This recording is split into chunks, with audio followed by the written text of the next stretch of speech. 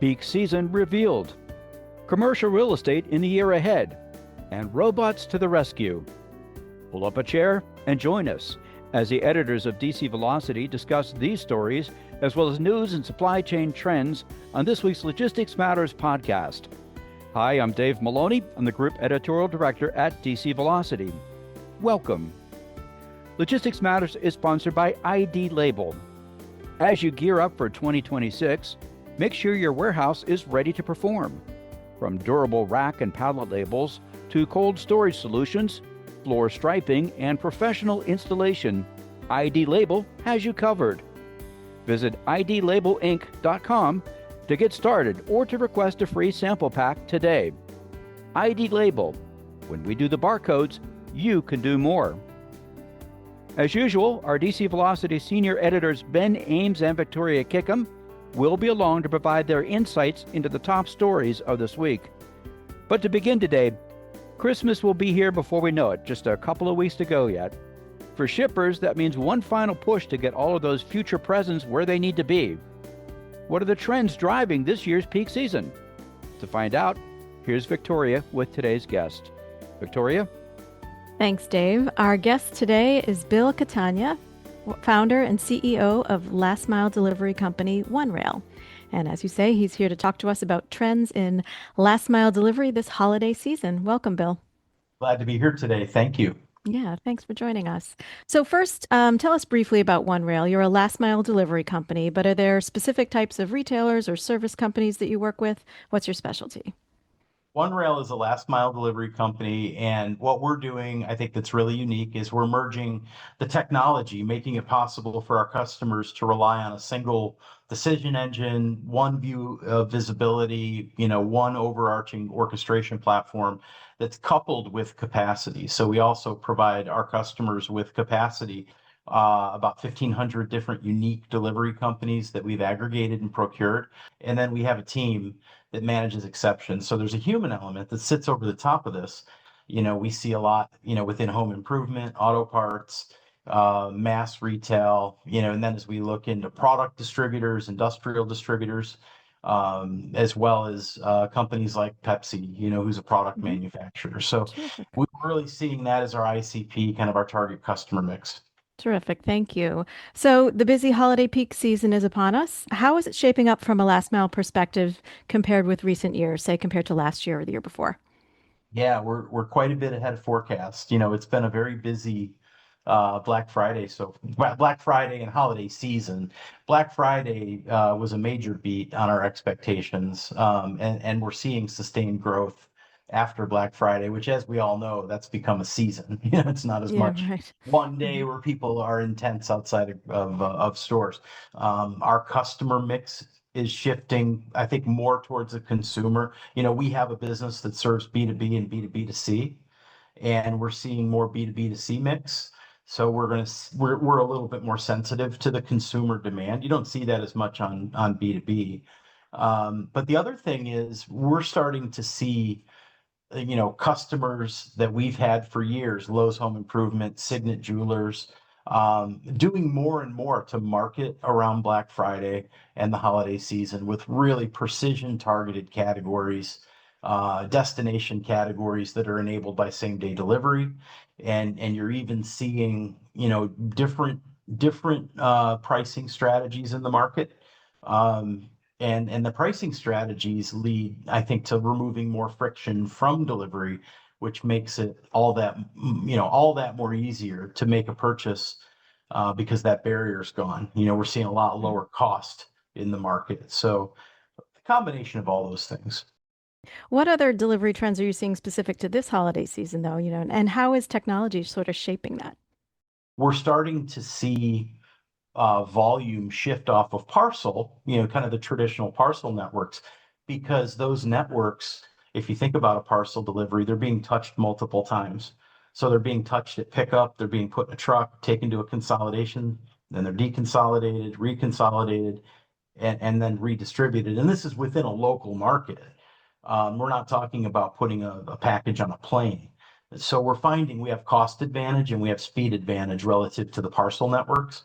And that's that's where some of the volume increase is coming from. Retailers, especially, are really trying to execute a multi-carrier strategy where they're not indexed to one parcel carrier or even two parcel carriers.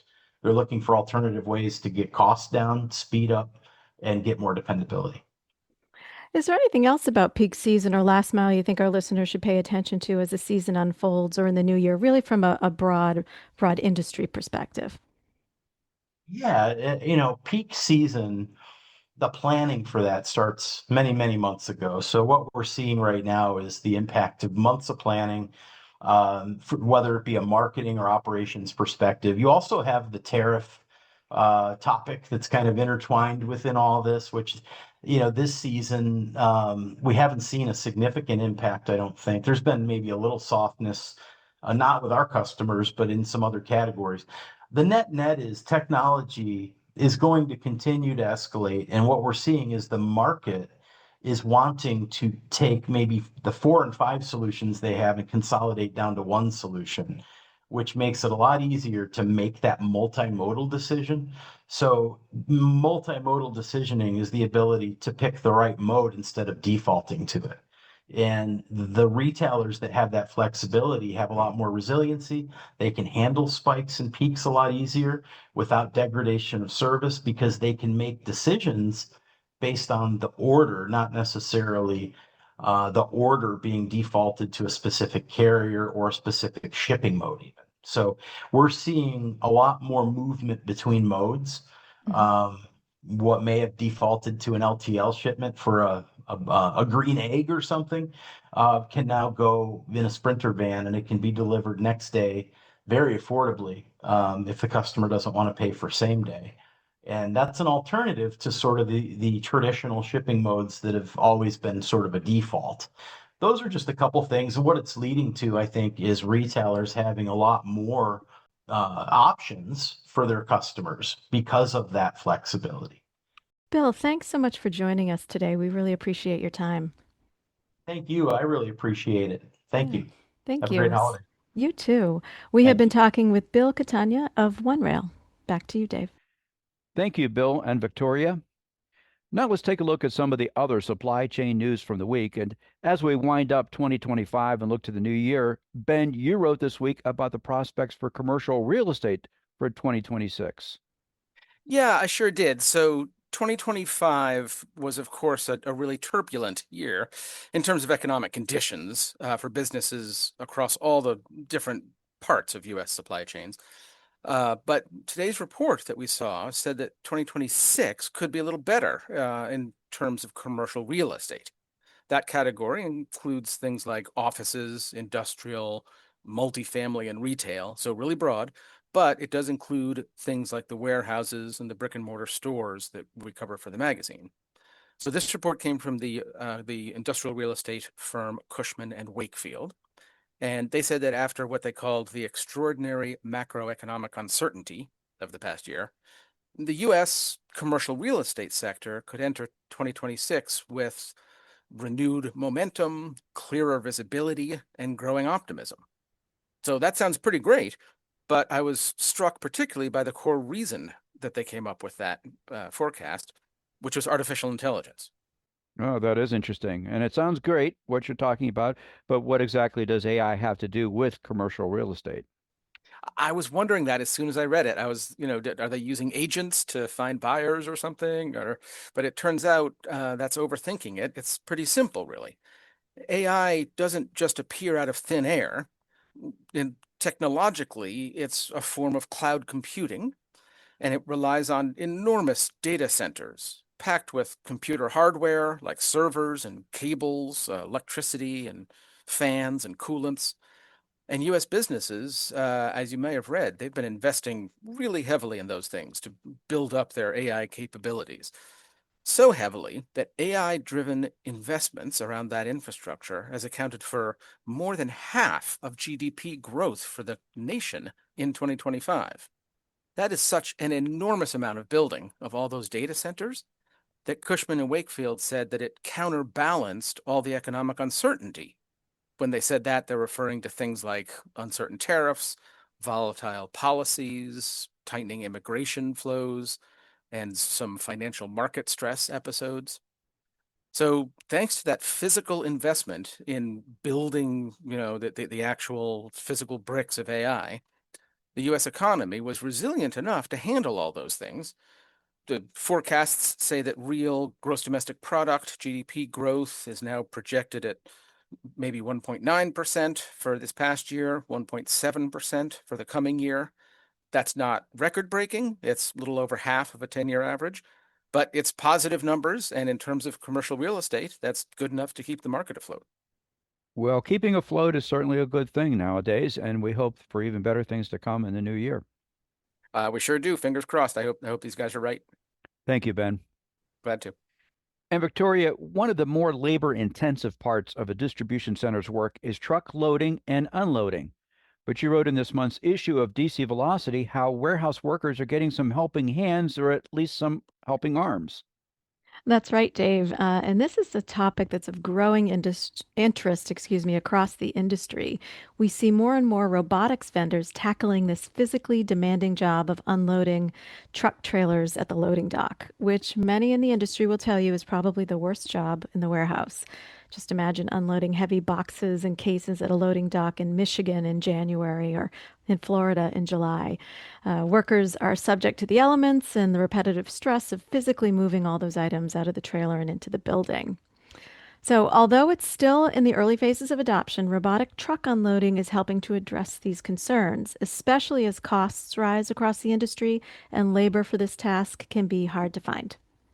Now, of course, truck loading and unloading is still kind of in its infancy in automation, but what are you seeing as the latest trends in robotic truck unloading? Well, for one, vendors are really expanding their reach. There seems to be a growing number of equipment installations nationwide, and I can give you a couple examples. Earlier this year, Cambridge, Massachusetts-based robotics developer Pickle Robot said it planned to hire 50 additional engineers in response to demand for its robotic truck unloading system, which is already at work in warehouses across the country.